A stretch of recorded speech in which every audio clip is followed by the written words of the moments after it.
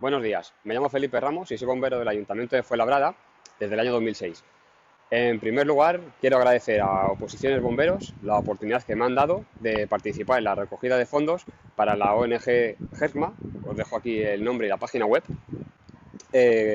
a través de este vídeo. Entonces, con los minutos que me han concedido, voy a intentar explicar rápidamente cuáles son las cosas más importantes que tenemos que tener en cuenta a la hora de utilizar el vehículo autoescala. Normalmente un cursillo de un vehículo de estos pues son varios días, pero en los minutos que me han concedido vamos a tratar las cosas más importantes. Así que vamos al lío. En primer lugar, vamos a hablar del acercamiento al siniestro. Tenemos que tener en cuenta que llevamos un vehículo pesado, prioritario, pero que sea prioritario no quiere decir que tengamos la preferencia en el recorrido hacia la intervención. Es decir, tenemos prioridad, pero no preferencia. Si llegamos a una intersección, tendremos que esperar a que los demás vehículos se paren y luego nosotros ya podremos pasar si es que tenemos un disco en nuestra contra. Además, durante el trayecto tendremos las señales acústicas y luminosas encendidas y luces de cruce. Durante el recorrido elegiremos el trayecto más rápido y seguro y tenemos que tener en cuenta que hay que dejar una distancia de seguridad con la autobomba que va delante y la autobomba que venga detrás también tendrá que dejar un espacio para el rescate. Eso lo explicaremos luego más tarde. ¿Por qué tenemos que tener distancia con el vehículo de delante? Porque si llegamos a una calle estrecha y se queda atrancado, nos tiene que dar tiempo a tomar una ruta alternativa para llegar al siniestro con celeridad.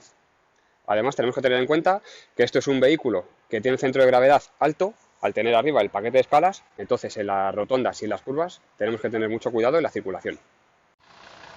Una vez que llegamos a un incendio con el vehículo autoescala, tenemos que tener en cuenta que hay que dejarlo en una zona que esté protegida de los efectos del incendio. Es decir, si es un incendio en vivienda, tenemos que tenerle en un lugar que sepamos que no va a caerle nada que pueda afectarnos. No puede caerle ningún cascote, o a lo mejor el incendio se ha propagado a un toldo o un aire acondicionado y esos elementos incendiados se pueden desprender encima del camión o de la cesta. Entonces tenemos que tener siempre eso previsto. Si el incendio en el que vamos a trabajar es un incendio industrial, tendremos que tener dos cosas en cuenta: si la nave es independiente o tiene otras naves contiguas o adosadas. Si la nave es independiente, siempre ubicaremos el vehículo en la zona de las aristas de las paredes de la nave. Es decir, así son las paredes de la nave, pues en diagonal colocaremos el vehículo, para tener en cuenta que si las fachadas se van a caer, que siempre se caen hacia afuera, por la diferencia de la dilatación de la cara interna y la cara externa, no afecten al vehículo. Si no es posible ubicarlo ahí, porque las naves están adosadas, pues lo tendremos a una distancia suficiente. Normalmente está previsto que es la altura de la fachada más unos 5 o 10 metros, porque los cascotes al caer tenemos peligro de que los rompen. El emplazamiento del autoescala es una parte fundamental que tenemos que tener entrenada. ¿Por qué? Porque esto no es llegar al siniestro, aparcar el camión, sacar las patas y extender. Porque lo más seguro es que si el punto donde queremos llegar es alto, nos equivoquemos. Entonces tenemos que cerciorarnos de que donde hemos dejado el vehículo es la situación ideal para llegar al punto en altura que hemos elegido. Para elegir el emplazamiento adecuado tenemos que saber a qué distancia de la fachada nos encontramos. Entonces, en función de la distancia de la fachada que esté ubicado el vehículo, vamos a llegar a una altura o a otra.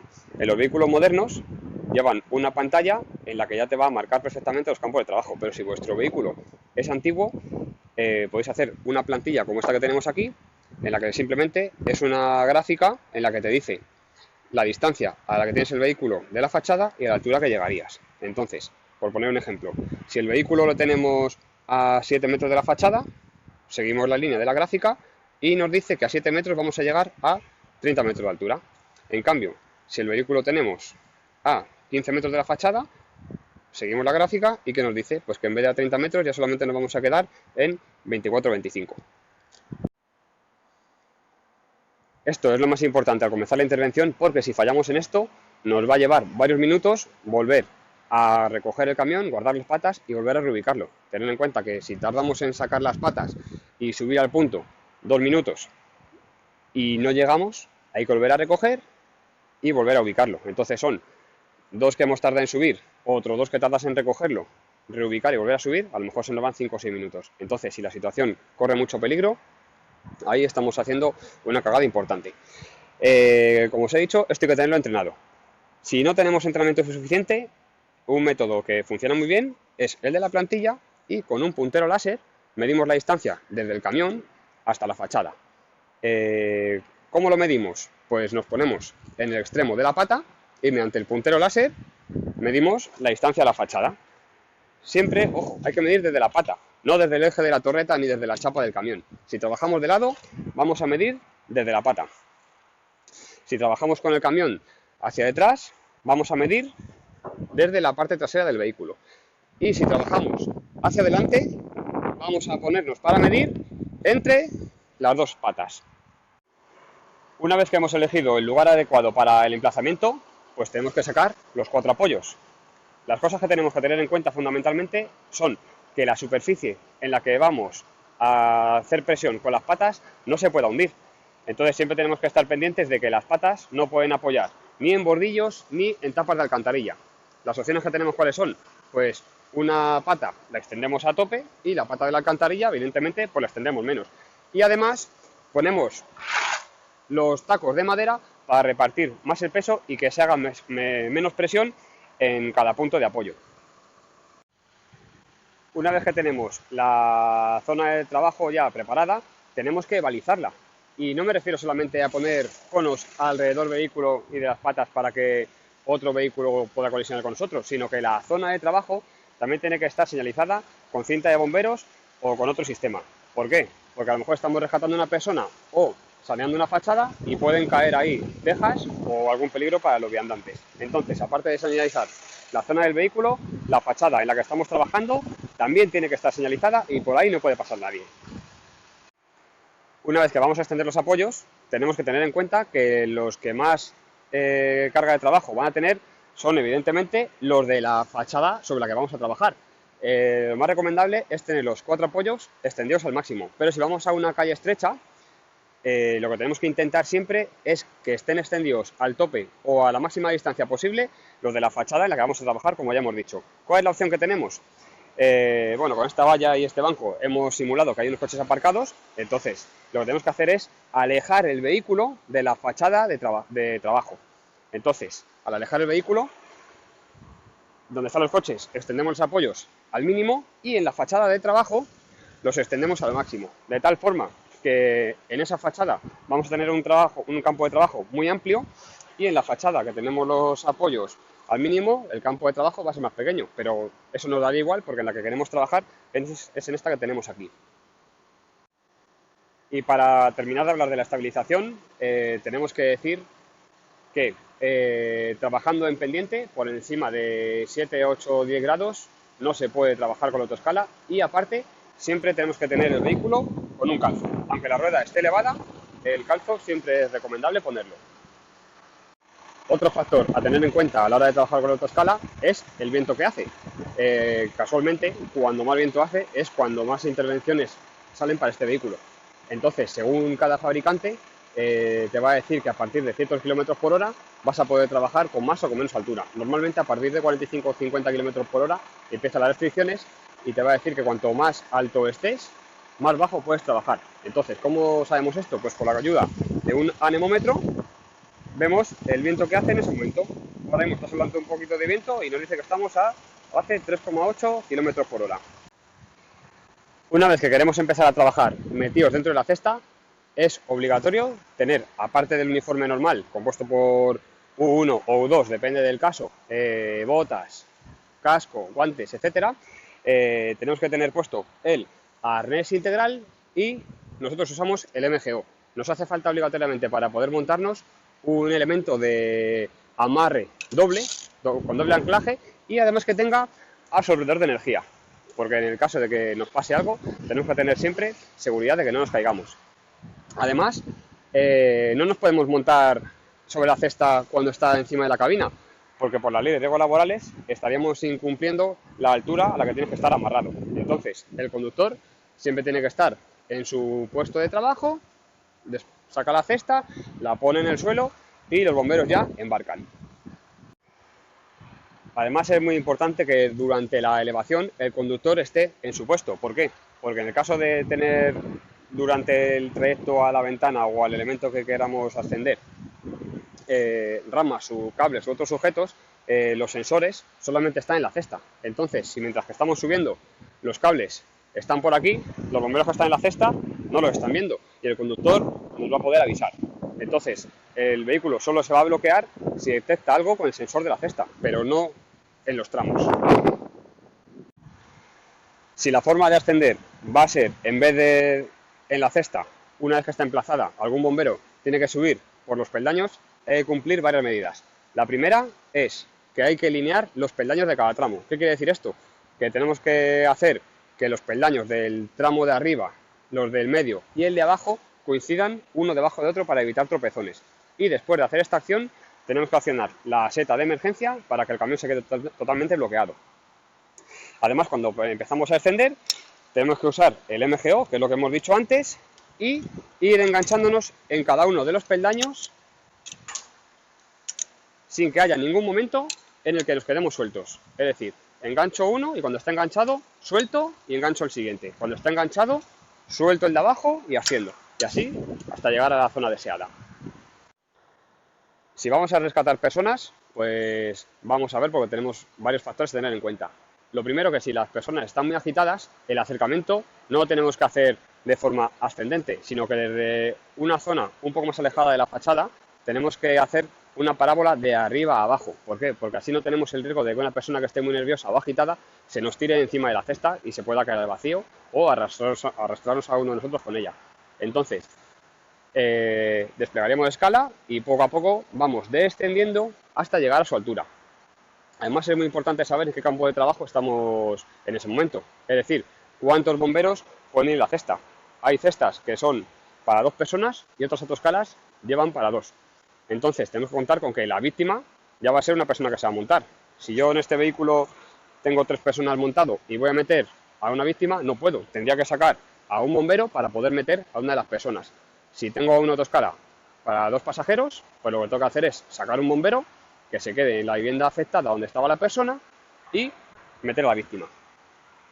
Otra opción que tenemos en el rescate es el rescate por peldañeo, que es cuando la situación urge bastante y no podemos estar haciendo viajes desde la fachada al suelo para rescatar a todas las personas. Entonces, ¿esto cómo se haría?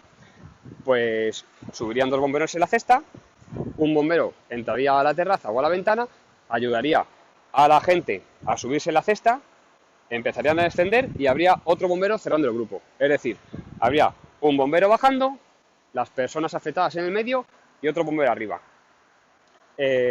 Siempre vamos a bajar de cara a los peldaños, nunca de cara hacia la calle. Es decir, siempre bajaremos en esta posición con los peldaños de cara.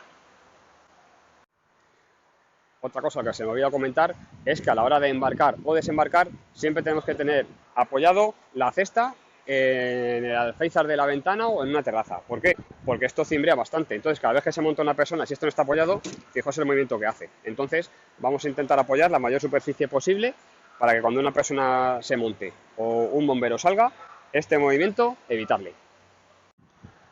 Bueno, pues una vez que tenemos las personas en la cesta para bajarlas al suelo, pues evidentemente hay que dejarlas en el suelo. No se las podemos dejar en el techo de la cabina y que bajen por esa escalerilla. Entonces, por eso hemos dicho al principio que tenemos que dejar una distancia de seguridad entre los vehículos autobomba.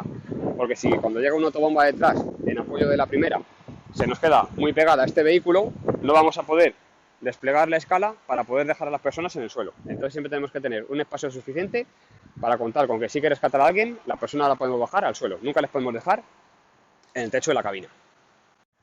Otro elemento que tienen las autoescalas son las camillas. Normalmente tienen una capacidad de 150 kilos. Entonces tenemos que tener en cuenta cuántos bomberos van a ir a la cesta para contar también con la persona que vamos a rescatar. ¿Cómo se utiliza esto? Si os dais cuenta, vemos que por un sit el eje de la camilla deja más espacio por un lado que por el otro. ¿Para qué es esto? Para que para la persona tenga la menor sensación de vacío posible, lo que tenemos que hacer es ponerlo en esta posición, es decir, la parte larga en el frente de la autoescala, y esa zona es la que vamos a meter dentro de la vivienda afectada. Es decir, a la persona la vamos a meter por la parte larga. Entonces vamos a sacar primero la cabeza para que esa persona, cuando ya está en la calle, lo que esté viendo es la fachada del edificio y no tenga esa sensación de vacío. Y además, de esa forma, vamos a tener un mayor control sobre la persona para poder tranquilizarla. Entonces, esta posición sería errónea, siempre la vamos a sacar así. La camilla entra y sale, fijaos.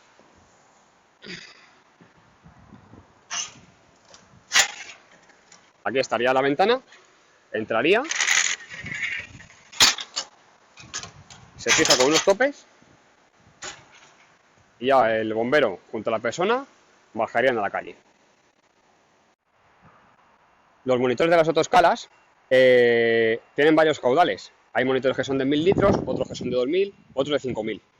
Siempre que utilicemos un monitor, cuenta como que hay un bombero en la cesta. Es decir, si la cesta tiene capacidad para 2 personas, pues sería un bombero más el monitor. Además, tenemos que tener en cuenta que el ángulo de giro solamente son 30 grados en total. Es decir, 15 grados a derecha y 15 grados a izquierda. ¿Por qué? Porque si esto nos dejara girar 90 grados y echásemos esos 1000 o 2000 litros en aquella dirección, iba a tener unos esfuerzos que serán muy malos para el paquete de escala. Entonces siempre vamos a tirar recto, 15 grados a derecha o 15 grados a izquierda. Si queremos echar agua en aquella dirección, giramos la escala, la ponemos mirando hacia allí y hacia allí proyectaríamos el agua. Además, decir que si vamos a utilizar el monitor o vamos a echar agua desde la cesta, siempre tenemos que tener en cuenta que la línea de mangueras siempre tiene que ir por dentro del paquete de escalas, nunca puede ir colgando. Y otra opción que tienen es que podemos conectar una línea de 25 a los rociadores de la cesta, que sirven para protegernos de los efectos del calor si estamos en una zona incendiada. Otra cuestión es si la autoescala se puede utilizar como grúa. Pues bien, depende del fabricante. Algunos modelos sí y algunos modelos no. Esta, por ejemplo, que es la que estamos viendo, sí te permite la función grúa hasta un máximo de 500 kilos. En cambio, la otra autoescala de 18 metros que tenemos, esa no te permite levantar cargas. En caso de que se pueda, pues la carga la tenemos que enganchar a la punta del primer tramo mediante un acople, y los movimientos que vamos a poder hacer, evidentemente, van a ser de forma circular, con un radio máximo igual a la longitud del tramo de la escala. Lo que sí que hay que recalcar es que las cargas nunca se pueden enganchar a la cesta.